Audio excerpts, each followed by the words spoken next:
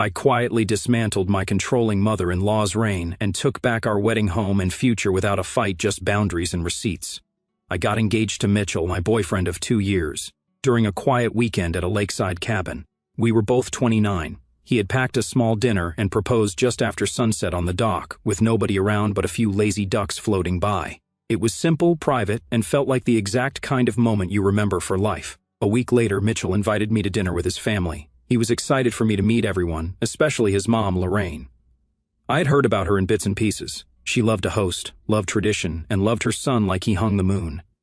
Nothing sounded too unusual. We arrived at her house, and from the second the door opened, I realized this would not be easy. She looked at my hands first, not my face, then raised her eyebrows at my chipped nail polish. Before I could say a word, she asked if I normally dressed this casually for family occasions. Inside, things did not smooth out. She kept referring to me as Mitchell's little friend, not fiancé, not partner, just little friend, like I was 12 and tagging along. Mitchell winced the first time, then ignored it. By dessert, she handed me a thick binder titled Lorraine's Bridal Guide. Inside was a full wedding plan already mapped out, guest list, venue, menu ideas, even preferred hymns. It included a location I had never considered, and several people I had never met. When I looked at Mitchell, he just gave a half smile and said she was just being helpful, and that she gets excited sometimes. After that dinner, things escalated fast. The next morning, Lorraine texted me a photo of a dress she thought would look better on me than the one I had posted online a week earlier. I had not told her anything about my dress yet. She also began calling me at work to run through quick wedding ideas. I told her I was busy, but she would leave long voicemails about seating charts, floral arrangements, and whether I had considered switching to her church's pastor. One Tuesday, I came home and found her in our apartment. She had let herself in with a key Mitchell had given her before we moved in together. She was moving our couch and said she was just helping the space feel more open. I asked Mitchell why she still had a key. He said he had not thought to ask for it back. Around this time, she offered to pay for our honeymoon. It sounded generous until Mitchell told me the catch. We had to use the travel agent she trusted, and she would be involved in the process. We said we would think about it. At a lunch a few days later, she told me I should really consider cutting back to part-time work after the wedding because a home run's best when a woman's in it. I said nothing. A week after that, she started pushing hard for a church wedding in her hometown, 4 hours away. Half of my family would have to fly in. She did not ask, she insisted. Then she reached out to my mom behind my back. I found out because my mom called, confused, asking if I really wanted lavender centerpieces in a unity candle ceremony. Lorraine had tried to get my mom to team up with her. At a family brunch, Mitchell's younger sister caught me near the sink. She leaned in and said, "Don't let her bulldoze you. She thrives on it. You have no idea." That was the moment everything locked into place. I did not argue. I did not push back. I just started documenting. I saved every text, wrote down every conversation, and took note of who was present for what. I was not going to scream, cry, or demand. I was going to outlast her, not by force but by control. She would never see it coming. The day after Lorraine dropped by our apartment uninvited for the second time, I told Mitchell we were hiring a wedding planner. I framed it as a stress saver. He agreed instantly. What he did not know was that I had already contacted my old college roommate, Hannah. She knew exactly what kind of person Lorraine was. After 5 minutes on the phone, I gave her one specific instruction: never take a live call from Lorraine. Straight to voicemail, every time. We had another quiet talk about the honeymoon offer, too. We thanked Lorraine, made polite noises, then booked a smaller, simpler trip with our own savings. We left the receipt folded in a drawer and never mentioned it again. When she eventually asked what we had decided, Mitchell told her we were still finalizing the details. From that point on, I started giving her harmless, outdated updates. I told her the cake flavor had been chosen, it had not, and said we were looking at a florist she suggested we were not. I let her talk in circles while I took notes, keeping her 3 steps behind. That week, I noticed something strange. A framed photo on our shelf had shifted. A small vase I kept near the kitchen window was turned around. Mitchell had not moved them. I checked the hallway camera feed. There was nothing because we did not have one yet. I ordered a cheap doorbell camera that same night and installed it by the weekend. 4 days later, I caught her. She used the old key, walked in mid-afternoon, and spent 15 minutes tidying up. When I confronted her about it calmly, she said she was checking if we needed groceries. I told her we did not. That led to another long night with Mitchell. He asked me to be patient, saying his mom just had a hard time letting go. I told him I would not stop him from seeing her, but she was not walking into our apartment again unless I said so. He did not argue. A week later, Lorraine invited us for dinner. I agreed to go just to avoid escalation. She cooked something elaborate, as always. It was not until I took a bite that I realized she had spiced the dish with the exact ingredient I could not eat. The same one I had told her about before. Mitchell noticed too, especially when I had to excuse myself halfway through. Lorraine acted surprised, too surprised. After that, I pulled back from family events. I made vague excuses, busy with planning, not feeling well. But I started meeting up with Mitchell's sister separately. She invited me for coffee. His brother asked me to help pick a birthday gift. The more time I spent with them, the clearer it became. Lorraine was not just difficult with me. She was a storm that passed through everyone's lives. Without me present at big dinners, Lorraine flailed. She tried to take over conversations, but they would not hold. She did not have a foil anymore. The drama thinned out. People started noticing. 3 months after the wedding, Lorraine started dropping hints, asking if we were trying yet, mentioning cribs and nursery colors. Every suggestion was wrapped in pretend curiosity. One day, she sent a link to an article titled, "Top 10 Signs You're Ready for Grandkids." I did not respond. Instead, I sat Mitchell down. I told him we needed to get certain things in writing, who had access to our home, how joint finances would be handled, and how big decisions were to be made. It was not emotional, it was a boundary-setting exercise. Mitchell hesitated, saying he agreed in principle but warned me it would hurt his mom's feelings. I said, "Then she'll be upset." We drew up the agreements, a shared calendar, shared passwords for financial apps, and locked up the spare keys. After that, things began shifting. Lorraine would ask Mitchell about the wedding plans, and he would just nod vaguely. She started repeating herself, unsure of what she had already been told. She stopped getting real-time updates. For the first time, Mitchell started keeping things from her on purpose. He did not tell her where we were going for the honeymoon until we had already landed. He did not tell her when we finalized the guest list or the menu. I did not yell. I did not block her. I did not ban her, but the air around her was changing, and she did not even know she was already losing ground. That December, Mitchell and I told Lorraine we would be spending Christmas out of town with friends. What we actually did was stay home in sweatpants, eat leftovers, and watch movies for 2 days straight. It was the first peaceful holiday we had had in years. To keep the momentum, I suggested Mitchell start visiting her solo once a month. No pressure, no confrontation, just a gradual shift. He agreed. From that point on, he saw her over coffee or lunch on his way from work. I stayed out of it. She kept sending gifts for me, a chunky cardigan 2 sizes too big, a cookbook titled Being the Heart of Your Home, and a set of kitchen towels with Bless This Mess stitched in glitter thread. I returned all of it unopened, not with a note, not with an explanation, just a clean message, returned to sender. I also noticed she had started referencing deliveries we had not even told her about. When a package arrived with my name, she would text Mitchell about it. I switched our mailing address to a rented box across town. From then on, everything sensitive or personal went there. Then I adjusted the family group chat. I muted it, started a second thread with everyone except Lorraine, and made that the space for actual updates. Birthdays, holiday plans, dinner invites, it all flowed smoother without her noise-clogging things. Nobody even questioned it.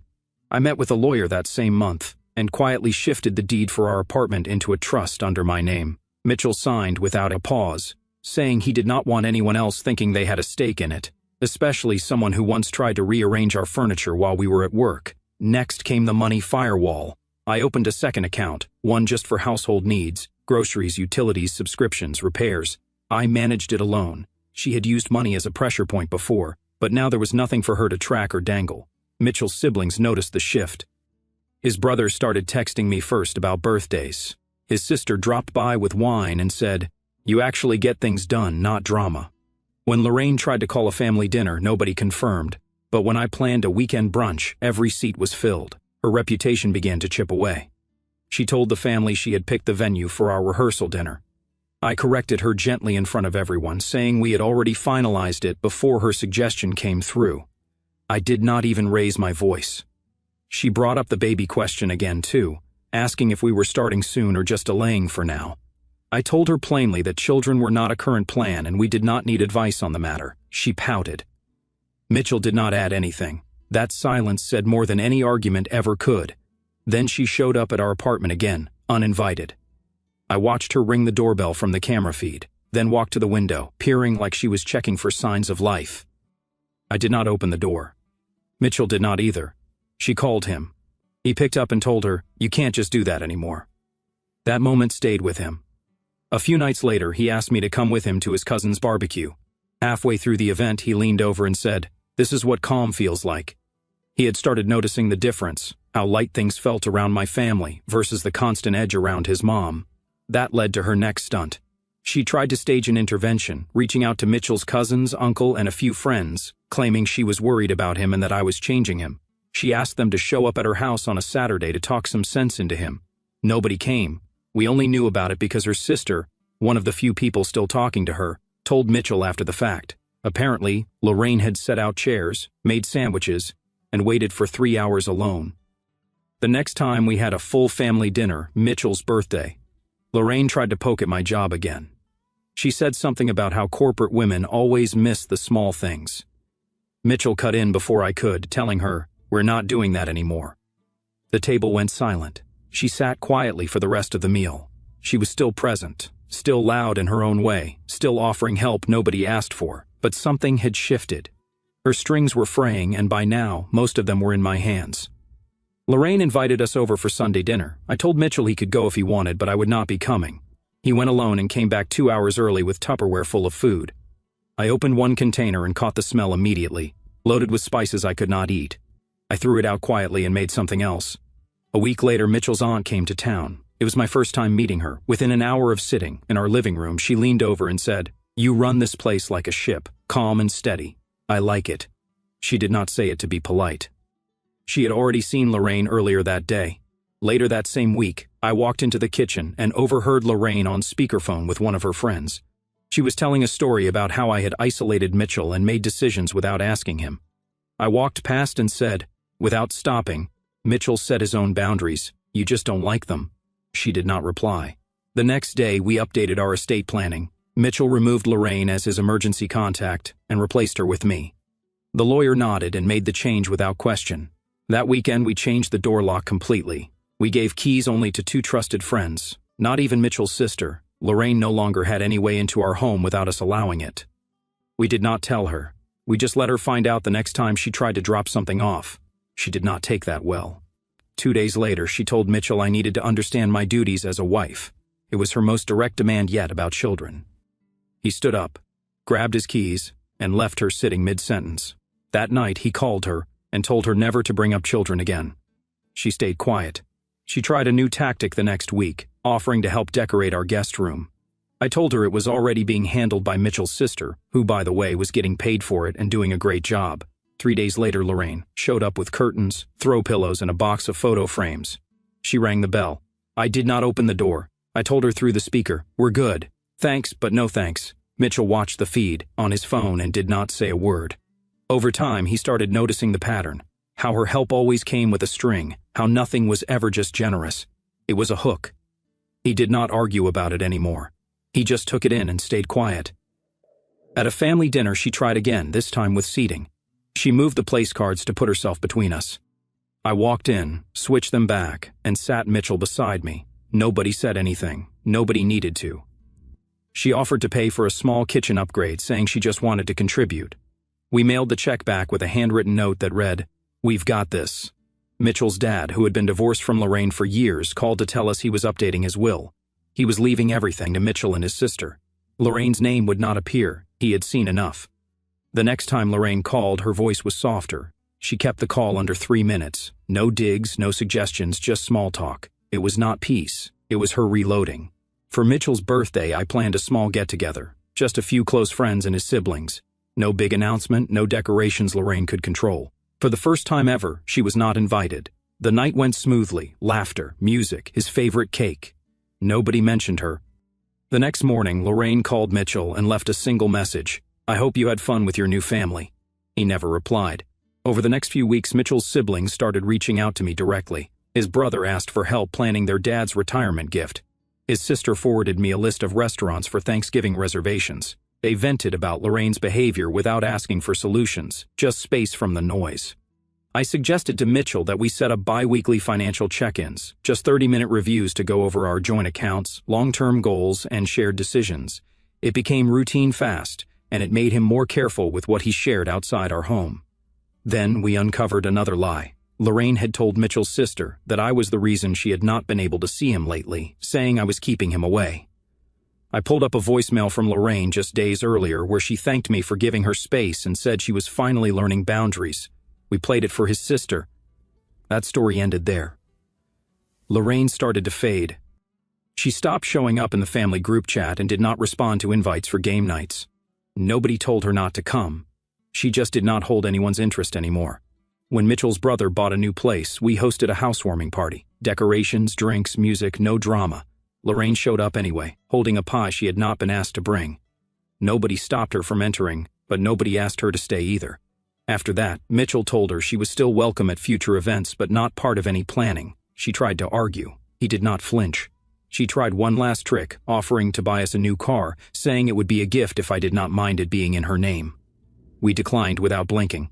Then we found out she had co-signed a loan in Mitchell's name years ago, unpaid. It was small enough to handle, so Mitchell paid it off that day and then called her to say it was the last time she would ever make a financial decision on his behalf. His sister finally snapped during a quiet dinner, telling Lorraine to stop turning every conversation into a guilt trip. Lorraine did not call her for 2 weeks. She started offering babysitting for when the time comes. We both just smiled and said, "We already have our backup plans." I kept a folder of screenshots, voicemails, and financial history. Every manipulated moment, every subtle push, just in case she ever tried to flip the story. Then came the call. Mitchell told her, clear and calm, that he did not need a mother who competed with his wife. She cried. He waited. She tried to twist it. He stayed quiet. By now, nobody had locked her out. Nobody banned her. She just faded into the background, not because we forced her out, but because she built the corner she ended up in. When November rolled around, Lorraine announced she would be hosting Thanksgiving. We already had plans. Mitchell's siblings were coming to our place. Nobody responded to her message. Nobody switched. On Thanksgiving Day, while we were plating sides and laughing over a dropped pie crust, Lorraine posted a photo in the family group chat. A perfectly set table, empty chairs, no people, no caption. No one replied. A month later, she tried again. She booked a cabin for New Year's weekend and sent out payment requests, dividing the cost evenly across everyone. We told her we already had other plans. So did her daughter. Her brother left her message on read. Mitchell's sister came over to help prep for our small New Year's dinner. While peeling potatoes, she told us Lorraine had tried guilting her into skipping it, saying she was choosing sides. Instead, she stayed late with us, helped set up the fire pit, and toasted at midnight. We stopped mentioning Lorraine unless necessary. No recaps, no venting, no debates. Without that oxygen, her presence in our life went quiet. One morning, Mitchell got a call from a distant cousin. The old family piano, the one he used to play as a kid, had been sold. Lorraine had not told him, just sold it off, saying she needed the space. Mitchell did not yell. He did not ask her why. He simply never called again after that. She reached out weeks later, asking for help covering a small medical expense. Mitchell transferred a modest amount and replied that he was focusing on his own future now, nothing more. When we paid off our home, we did not tell her. We had champagne with his siblings grilled outside and framed the final payment receipt on our wall, quietly, fully ours. Mitchell got a promotion around that time, too. A dinner was held in his honor. His team, his siblings, a few close friends. Lorraine was not told. Nobody even asked why she was not there. At his dad's birthday, a big extended family photo was taken. Lorraine was there but ended up far at the edge, not deliberately, not even discussed. She just arrived late, stood where space allowed, and no one shifted to center her. Mitchell and I renewed our vows quietly on our anniversary in a local garden with 2 witnesses and handwritten promises. Lorraine found out days later when she called and got no answer. She sent an anniversary gift, a framed picture of Mitchell as a boy with a long handwritten letter tucked behind it. We mailed it back with a short note, "We're good." 3 months passed. No calls, no texts, no questions sent through cousins. Just nothing. No tantrum, no accusations, not even a final guilt trip. Maybe it was reflection, maybe it was just retreat. But the end did not come with a scream. It came with silence. She still exists, still technically family, still sees some relatives in passing. But her reign ended. Not with a door slammed shut, but because no one was holding it open anymore. She reached for control one too many times, and when she opened her hand again, there was nothing left to grip. It had been nearly 5 years since Mitchell and I got married. Lorraine had not stepped inside our home in over 2 of those years. There was no final argument, no slammed doors. She had not been cut off with ultimatums or announcements. Just slowly, piece by piece, she was removed from relevance. Her access slipped. Her influence faded, and we did not chase after her. We bought a second property, our first rental investment, a big milestone. We did not mention it to her, not out of spite, but because her opinion did not matter anymore. At family events, her voice had no weight. She sat off to the side, trying to join conversations that did not slow for her. Even the cousins who once hung on her, every word had shifted. They now came to me for recipes, asked Mitchell for career advice, and invited us to host holidays that year. Every invite she sent out was ignored, except by her sister. Mitchell's father passed a few heirlooms to us, quietly, no ceremony. He just said, "I'd like them to stay somewhere peaceful." We found out we were expecting not long after. We told no one outside his siblings for months. When we finally shared the news with the wider family, we added one simple line. "We've chosen the name already. No suggestions, please." Lorraine eventually asked Mitchell what the baby would call her. He replied, "We'll see how involved you are first." That ended the conversation. Our daughter was born healthy. Mitchell's siblings came to visit. Lorraine did not, though we knew she knew. A gift basket showed up a week later. Wrong name on the tag, no card. We dropped it off at a shelter the same day. When family photos were taken, Lorraine was not in any of them. Not excluded, just never there. We updated our wills soon after. Legal guardianship, asset access, all reassigned. Lorraine's name did not appear anywhere. Her power was not taken. It simply expired. She kept playing the same games. We just stopped playing back. Throughout this slow, deliberate dance with Lorraine, I often felt like I was walking a tightrope between resolve and restraint. Every uninvited visit, every pointed comment, stirred a quiet storm inside me. Anger that wanted to erupt. Frustration that begged for a sharp retort. But I swallowed it, not out of weakness, but because I knew losing my temper would hand her the control she craved. There were nights when I lay awake, replaying her words, her intrusions, feeling the weight of her presence like a shadow I could not shake. It was exhausting, holding that line, keeping my voice steady when all I wanted was to scream. Yet, with each small victory, every boundary set, every plan quietly rerouted, a spark of triumph grew. I felt a fierce pride in protecting the life Mitchell and I were building, not with loud battles, but with careful, unshakable steps. When his sister leaned in at that brunch and warned me not to let Lorraine bulldoze me, I felt a surge of clarity, like a fog lifting. I was not alone in seeing her for what she was. That realization carried me through the harder moments, when doubt crept in, whispering that I might be too harsh, too cold. But I was not fighting to win, I was fighting to exist, to carve out a space where our choices were ours alone. By the time we celebrated that first peaceful Christmas, just the two of us in sweatpants, I felt a lightness I had not known in years. It was not just relief, it was freedom. The silence that followed as Lorraine's influence faded was not empty, it was full of possibility. I felt empowered, not because I had defeated her, but because I had chosen how to respond. When our daughter was born and I held her for the first time, I felt a love so fierce it drowned out any lingering echoes of Lorraine's voice. I knew then that I had not just outlasted her. I had built something stronger, something she could never touch.